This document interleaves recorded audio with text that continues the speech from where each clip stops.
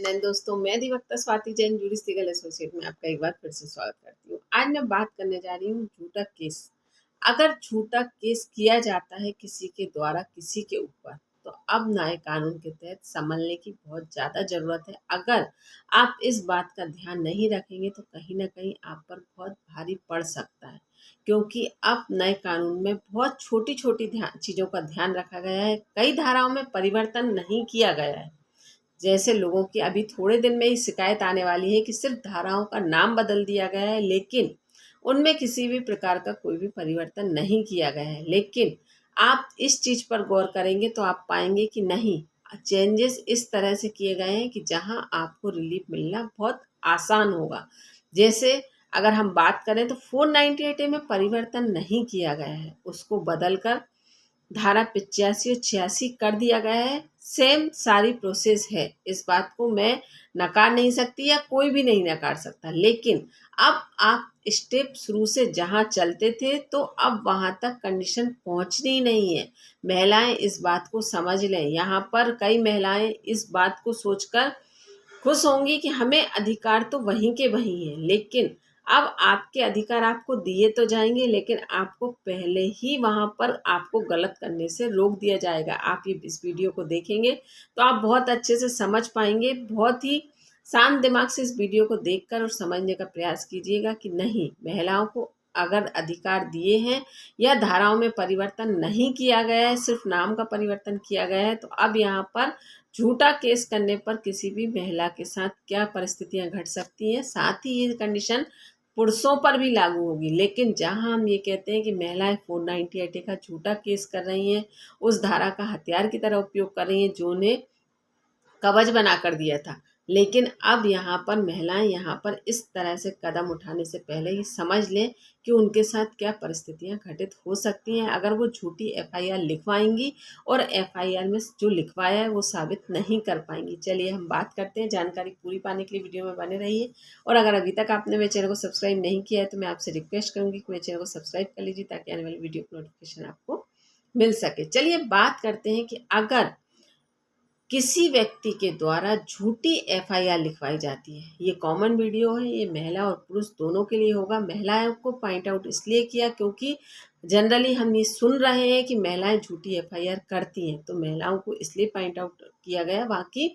ये common video है, महिला और पुरुष दोनों पर ये नियम लागू होगा। चलिए अब बात करते हैं कि महिलाएं या पुरुष कोई भी झूठी एफआईआर लिखवाते हैं तो यहाँ सबसे पहले पुलिस वालों के द्वारा बीएनएस की धारा 170 के तहत उनके द्वारा करवाई हुई एफआईआर के तहत कार्यवाही की जाएगी कि अगर किसी व्यक्ति के द्वारा एफआईआर लिखवाई गई है और उसमें कहीं से भी कुछ भी झूठ पाया जाता है तो वहां पर पुलिस वालों को ये अधिकार होगा कि वे उनके ऊपर 217 के तहत कार्रवाई करवा सकते हैं। मतलब पहले वे जांच पड़ताल करेंगे बीएनएस की धारा 170 के तहत, उसके बाद बीएनएस की धारा 217 में उनको ये अधिकार दिया गया है कि अगर किसी व्यक्ति के द्वारा जो एफआईआर करवाई गई है उसे गलत पाया जाए तो आप 200 बीएनएस की धारा 217 के तहत उस व्यक्ति के ऊपर कार्यवाही कर सकते हैं। अब बात आती है कि पुलिस वाले सिंपैथी में उस व्यक्ति को छोड़ दें या वो व्यक्ति पुलिस वालों के आगे हाथ पैर जोड़कर माफ़ी मांग ले और ये कह दे कि हमसे अनजाने में ऐसा हो गया था या हम ऐसा करना नहीं चाहते थे, हमसे हो गया या हो गया तो हम आपसे माफ़ी मांगते हैं, आगे कभी ऐसा नहीं होगा, और पुलिस वालों के द्वारा उस व्यक्ति को छोड़ दिया जाए। तो जिसके खिलाफ एफआईआर हुई है गलत, क्या वो सिर्फ उन दोनों की माफ़ीनामे से सेटिस्फाई हो जाए कि उनने माफ़ी मांग ली और उनके द्वारा माफ़ कर दिया गया तो वह आगे किसी प्रकार की कोई भी प्रोसेस ना करे? तो नहीं, यहाँ पर उन्हें भी अधिकार दिया गया है कि वो एसपी के पास जाकर एप्लीकेशन लगा सकते हैं और ये कह सकते हैं कि हमारे ऊपर झूठी कार्रवाई की गई थी, हमारे ऊपर एफआईआर गलत करवाई गई थी, तो हम चाहते हैं कि इन्हें सबक मिले या हम इनके ऊपर कार्रवाई करना चाहते हैं। तो यहाँ पर उन्हें भी अधिकार दिया गया है कि वो बीएनएस की धारा 217 के तहत उसके ऊपर कार्रवाई करवा सकते हैं। अब बात करते हैं कि ये तो हमने कहा कि एफआईआर थाने में जाकर कोई झूठी करवा दे, तो और जनरली इसमें दहेज केस, रेप केस, इस तरह की कंडीशन या किसी के चोरी का इल्ज़ाम लगा देना, इस तरह की केसेस ज़्यादा पाए जाते हैं झूठा, क्योंकि जब व्यक्ति अपने आप को सही साबित नहीं कर पाता तो वो उसके पास सबसे बेस्ट उपचार होता है कि वह दूसरे को गलत साबित कर देता है। अब बात करते हैं मानहानि की। तो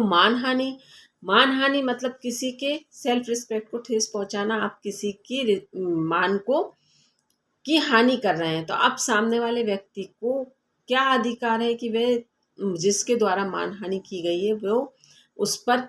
किस प्रकार से कार्यवाही करे। तो यहाँ पर अगर कोई अड़ोसी पड़ोसी, रिलेटिव्स या परिवार के सदस्य आपकी मान की हानि करते हैं, तो ऐसे में आपके पास दो रास्ते हैं। या तो आप उसको जेल भेजने की कार्यवाही कर सकते हैं, दूसरा आप उससे कंपनसेशन की मांग कर सकते हैं। लेकिन आपको यहाँ पर ये चीज़ देखना होगा कि दोनों में से सिर्फ आप एक ही कर सकते हैं। या तो आप सामने वाले के लिए सज़ा की मांग कर सकते हैं या आप सामने वाले से कंपनसेशन की मांग कर सकते हैं। तो यहाँ अगर आप कंपनसेशन की बात करते हैं तो आपको सिविल सूट फाइल करना होगा। अब बात करते हैं कि हाँ, इन दोनों के साथ अब एक सज़ा और ऐड कर दी गई है कि अगर किसी के द्वारा मानहानि की जाती है तो उससे उस व्यक्ति को किसी समुदाय की या समाज की सेवा करने के तौर पर भी सज़ा सुनाई जा सकती है। मतलब अगर सामने वाले के द्वारा कुछ इस प्रकार से मानहानि की गई है, जैसे कि मतलब किसी को किसी की किसी भी तरीके से मान की हानि की जाए, तो उसे सज़ा में सामाजिक तौर पर या समुदाय की सेवा करने का मतलब, जैसे इस मंदिर की साफ सफाई आपको ही करनी होगी या इस वृद्धाश्रम की देखरेख आपको ही करनी पड़ेगी या इस तरह के कवर्ड कैंपस की सफाई आपको करनी होगी। तो मतलब ये चीज़ें आपके गलती पर डिपेंड करेंगी। मतलब जिस तरह की आपकी गलती है उस हिसाब से ये सज़ा भी उसमें ऐड की गई है। तो यहाँ पर और साथ ही उस व्यक्ति के खिलाफ 2 साल की सज़ा और जुर्माना का भी प्रावधान है। तो यहाँ पर मानहानि की को भी आप क्लियर समझ गए होंगे कि ऐसी परिस्थितियों में इस प्रकार से दंड का प्रावधान है। और साथ ही अब हम बात कर लेते हैं कि अगर किसी व्यक्ति के द्वारा एक हमने बात करी कि अगर इधर पर जाकर थाने में जाकर कार्रवाई की, एक हमने बात की कि अगर किसी के द्वारा कोई मानहानि की जाती है। तो अब बात करते हैं कि अगर पुलिस वालों के सामने कंप्लेंट आई, लेकिन सामने वाले के व्यक्ति के द्वारा ये कहा जा रहा है कि नहीं, ये एफआईआर झूठी है, ये एफआईआर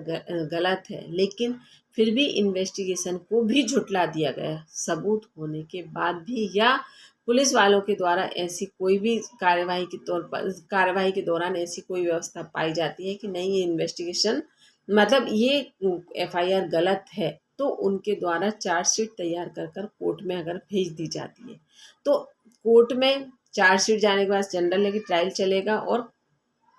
कार्यवाही प्रोसेस आगे की चलेगी ट्रायल के दौरान। तो ऐसी परिस्थिति में अगर केस जितने समय चलता है और उसके बाद वो व्यक्ति बाइज्जत बरी हो जाता है, तो ऐसी परिस्थिति में उस व्यक्ति को अधिकार दिया गया है कि जिसके द्वारा झूठी एफआईआर